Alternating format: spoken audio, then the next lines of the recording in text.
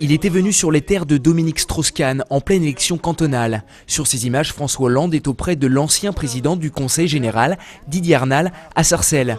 Puis à Auvers-sur-Oise pour un coup de pouce et un ami de 20 ans, Jean-Pierre Becquet. Aujourd'hui, ces deux socialistes officialisent leur club, un groupe de soutien en candidat favori des sondages pour les primaires du PS.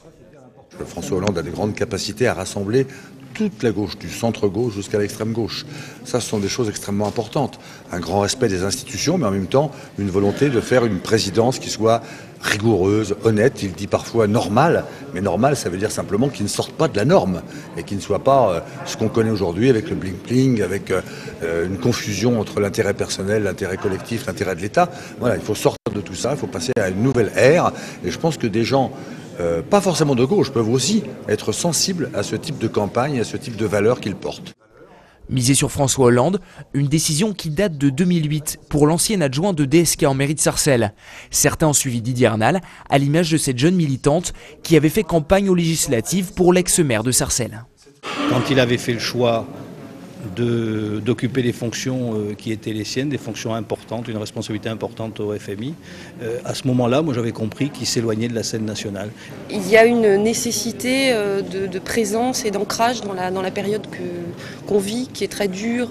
Le Val d'Oise, terre strauss-kahnienne, se transformerait-elle en terre hollandaise? Pas encore, en voir la salle clairsemée, majoritairement composée de pro-Hollande. Pour cette première réunion ouverte, quelques exceptions sont à noter, des nouveaux, ralliés dans les rangs de l'ex-premier secrétaire. Quand j'ai vu Martine Aubry qui défendait Strauss-Kahn en chialé et tout ça, et qui avait programmé toutes les primaires pour ramener ce monsieur-là, donc moi ça m'a complètement dégoûté et je me suis mis sur François Hollande. J'avais le choix entre Martine Aubry et François Hollande, et là j'ai vraiment, après réflexion, François Hollande. Après l'affaire DSK, est-ce qu'on se rend compte qu'il y a un peu plus de gens qui viennent et qui assistent? Ouais, je pense pas, il ne faut pas le voir comme ça, parce que la montée en puissance de François était bien antérieure on va dire, à la mise à l'écart de Dominique Strauss-Kahn. Après une période de silence suite à l'affaire DSK, répondre à gauche, le mouvement de François Hollande est désormais lancé dans le Val d'Oise, 13 jours avant le dépôt des candidatures des primaires socialistes.